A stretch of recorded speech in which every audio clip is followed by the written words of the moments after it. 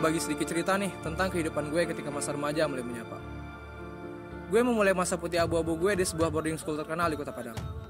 Sejujurnya itu bukan kemauan gue, tapi kemauan bokap dan nyokap. Sama seperti murid baru kebanyakan, gue dibeliin seragam dan semua perlengkapan yang selalu baru. Dan gue mulai berpikir, ketika masuk di sini, gue bakalan jadi orang yang bebas. Secara nyokap sama bokap gue bakalan lagi ngatur-ngatur gue.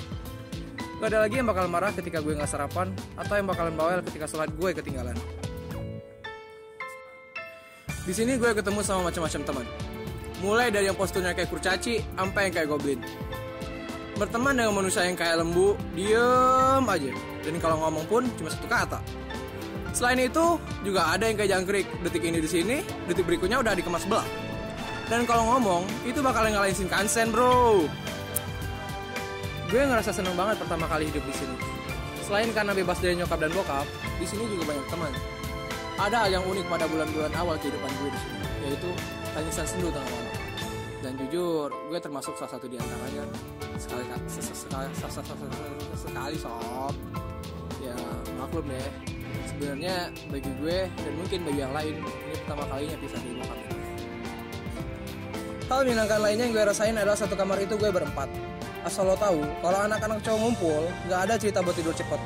Karena kita masing-masing punya cerita tentang kehidupan kita sebelum masuk di sini. Dan baru akan berakhir ketika musir lantai, sosok ikutan intro. Dan jangan lo pikir kebahagiaan ini bakalan bertahan lama. Ini cuma bertahan 3 bulan. Selanjutnya, lo tahu guys, gue sempat lupa kalau di pesantren itu banyak peraturan.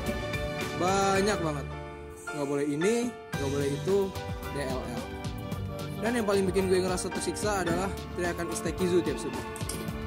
Selain itu, ustadz yang muter nasyid mengganggu waktu tidur gue saat subuh. Sumpah, gue keganggu banget. Ternyata beda-beda sama gue. Selain itu, makanan di sini ternyata nggak seperti yang gue harapin. Asal lo tahu, menu andalan di sini adalah tribal. Itu adalah teri, kacang, tempe di blend jadi satu. Dan itu porsinya gak banyak. Jadi jangan heran kalau di sini gue bisa kurus. Dan akhirnya gue gak tahan lagi. Tepat saat gue naik kelas 2, gue minta pindah. Gue dipindahin ke SMA di kota gue. Dan lo tau guys, gue diterima pindah gitu aja ke SMA yang katanya favorit di kota gue. Alasannya karena bokap gue adalah ketua komisi ADPRD kota. Hahaha. Dan tara, masa remaja gue berlanjut ke SMA. Awalnya gue pikir ini bakalan menyenangkan, tapi ternyata enggak. Gue yang terbiasa dengan segala peraturan di pesantren, tiba-tiba jadi gagok dengan semua kebebasan yang ada di SMA. By the way, yang namanya remaja pasti gak lepas dari yang namanya virus nyamuk. Lo tahu kan, itu loh, virus lope-lope, dan gue adalah salah satu korbannya. Maksud gue bukan gue yang suka, tapi maklum, gue lumayan ganteng juga kok. Gue dapat surat cinta pertama gue tepat saat Valentine Day kelas 2 semester 2. Berkat kegigihan teman-teman gue ngomporin, gue tergoda untuk menengok pernyataan cinta dari dia. Dan begitulah seterusnya. Gue jadi seperti tukang ojek. Pergi sekolah, si doi nebeng. Dan parahnya lagi, pulang sekolah dia sengaja nungguin gue biar bisa diantar pulang. Dasar emang. Di sekolah pun, gue mulai sering dipanggil tukang ojek. Bukannya makin sadar, gue malah makin bandel. Gue mulai bergaul sama anak-anak yang sering merokok dan miras sekali. Dan untuk kesekian kalinya lagi, gue dipanggil balik ke OBK. Dan tidak, kali ini ternyata ada bokap gue di penjara. Mati deh gue. Dan bokap pun kecewa dengan sikap gue. Bokap gak ceramah atau marah, tapi bokap cuma diem gue. Dan itu udah lebih dari sekedar bukan kemarahan bagi gue. Akhirnya gue perlahan-lahan sadar kalau gue gak seharusnya bersikap gitu. Gue gak seharusnya mengenalin bokap sama bokap. Tepat saat kelas 3 semester 2 gue gak aktif lupa lagi setelah setahun keluar dari kelas. Dan tiba-tiba gue udah dihadapin dengan sebuah cobaan yang nama ujian nasional. Yep, ujian nasional. Ujian yang bakal nentuin bisa atau enggaknya gue berhenti pakai seragam kita. Seperti yang lo tahu guys, zaman sekarang semuanya pakai kunci.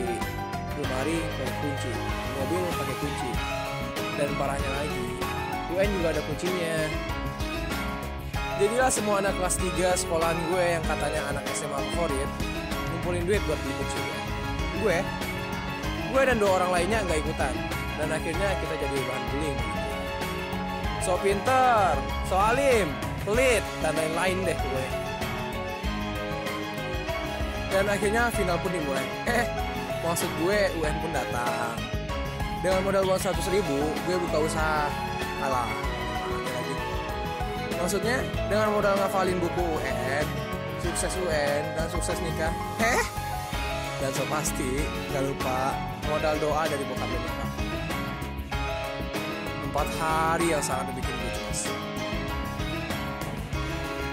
1 bulan kemudian, tepat hari ini, pukul 16.40, gue bakal nerima piagam penghargaan gue yang udah gue usahain selama UN kemarin. Lulus atau enggak lulus. Sumpah, gue deg-degan banget. Udah berasa gempa dengan kekuatan 10,SR di jantung gue.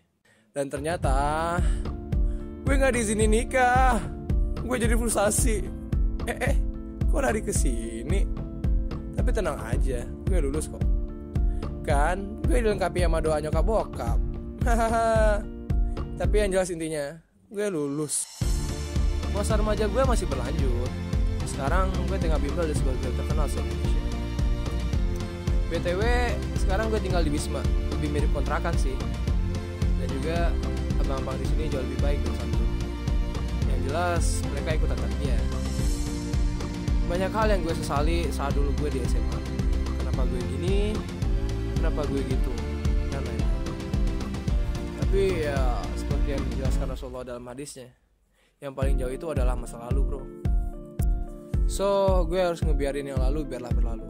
Tapi gue kudu ngambil pelajaran dari masa lalu. Singkat cerita, gue kembali bertemu dengan ujian yang kembali bikin deg-degan. SBMPTN. Bagi lo yang gak tahu, ini merupakan ujian seleksi masuk kuliah di PTN. Next, gue akhirnya jebol di Fakultas Hukum Universitas ternama di Sumatera Barat. Dan kemudian cerita gue terus berlanjut ke masa kuliahan. Di kampus, gue banyak banget kenal tipe orang. Dari tipe A sampai tipe A lagi. Beragam deh.